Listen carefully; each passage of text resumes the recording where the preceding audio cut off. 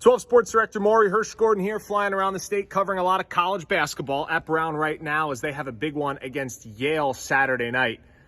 But huge news in the NHL considering the Boston Bruins. Two big pieces of news. The first, they lock up David Pastrnak for the foreseeable future.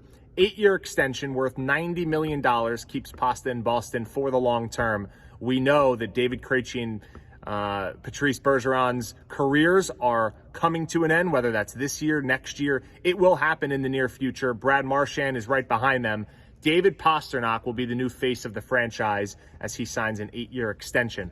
Also, we know the Bruins are at 99 points. They are closing in on 100, and they are closing in on the best record in the NHL, one of the best records, one of the best seasons in NHL history. They are still adding to their roster.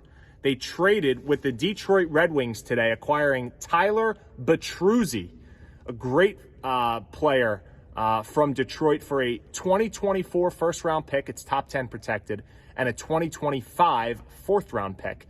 So now the Bruins don't have a first-round pick next year, and they don't have a first-round pick this year. However, the Bruins were going all in for a Stanley Cup with this core.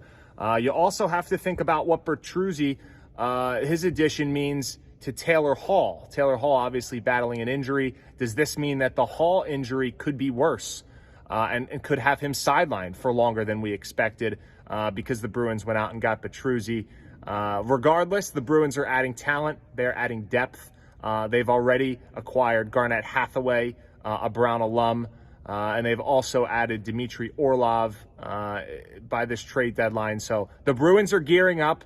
Should be a fun spring as they just have another few weeks of games left before the postseason begins.